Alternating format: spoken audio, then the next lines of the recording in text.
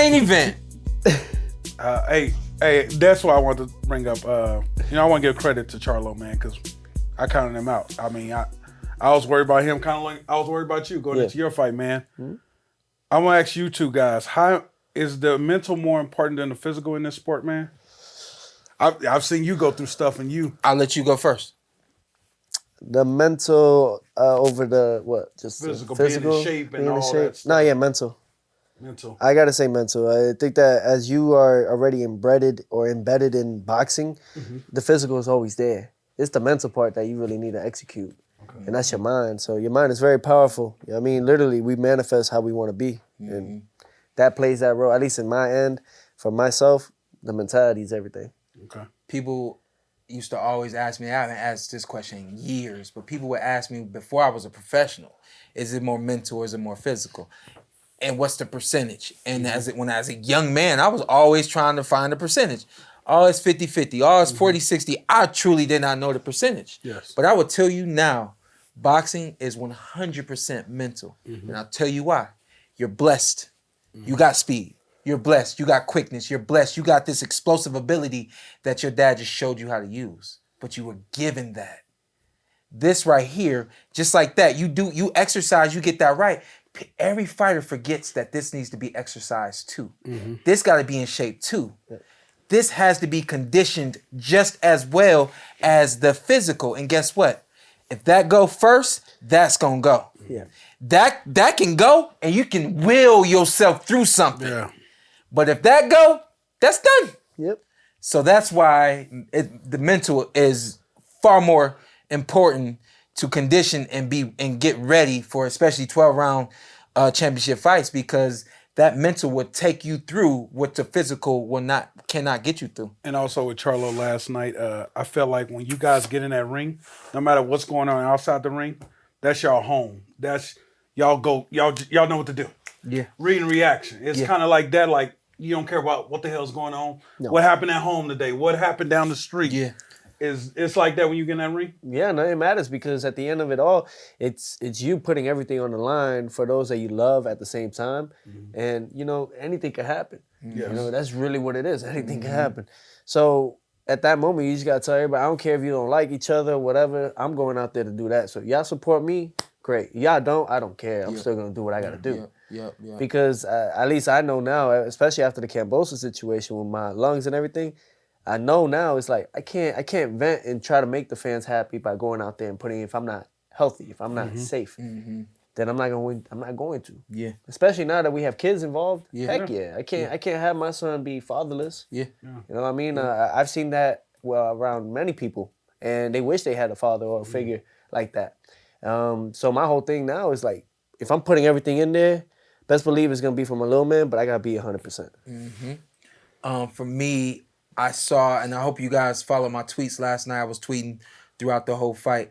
I saw the young man, Jermall Charlo, catch his rhythm like around the end of the second round, going into the third round.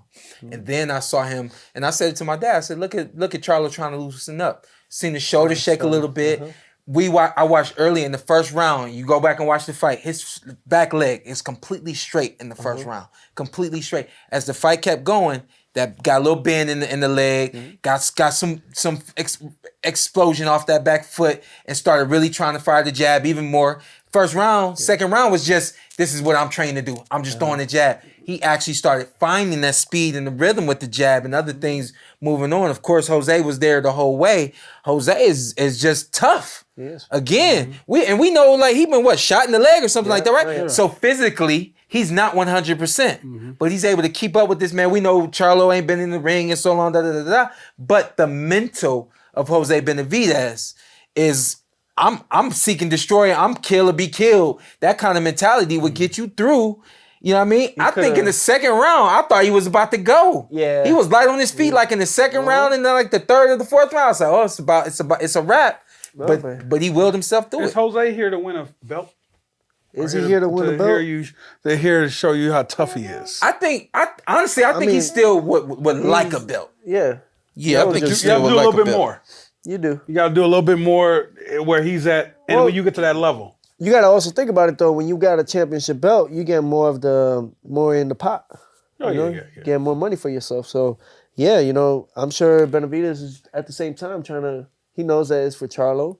He's going out there, and he changed gears, man. In that corner, he probably told himself, I don't care. I don't care if you're hurting me or hitting me, because I believe in those early rounds he was. Yeah. Charlo was hurting him bad. Yeah. But he came back, started throwing the flurries. It was a great fight. Yeah, I was going to say, this fight is exactly what I thought it was going to be. It was competitive. I think that was good to PBC and Showtime. It was a good fight.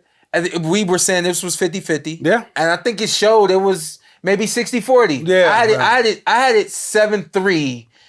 I think I might have it 7-3. I stopped scoring at some point, but I think I had it 7-3 for Charlo. I see that. Yeah. Yep. But that's close to 50-50. You know what I mean? So at the end of the day, you're right. That's his home. That's where he's been for a long time. And all it took was the number one thing that I was concerned with. If you are a fighter who has not been in the ring in a long time, the first thing you should do is throw your hands. Yeah. You need to number one, range. Get going. Turn that engine on and start pushing that gas pedal.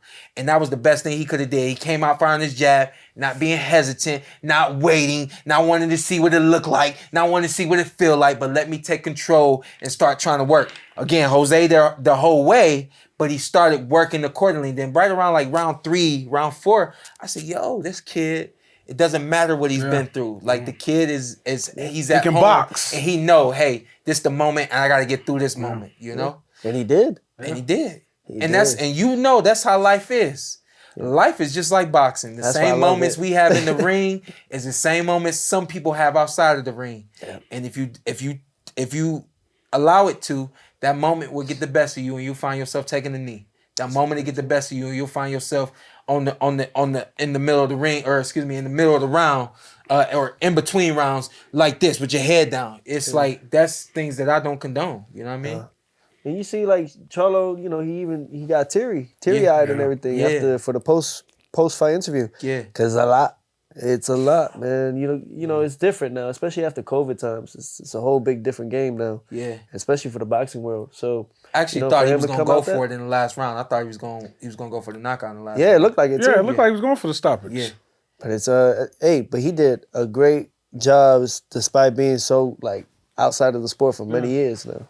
Could you hear anything that they were saying in the ring? Not in the last round. Last round. I was curious. Last round, Jose's dad told him to go for it. Just go for it. Uh-huh. At this point, just go for it. Yeah. That was about it. But Charlo, he told Charlo, keep doing this thing. Yeah. Ronnie Shields, keep doing your thing. I love this jab. Yeah. Beautiful placements on jabs. Yeah, keep doing this thing. Keep boxing.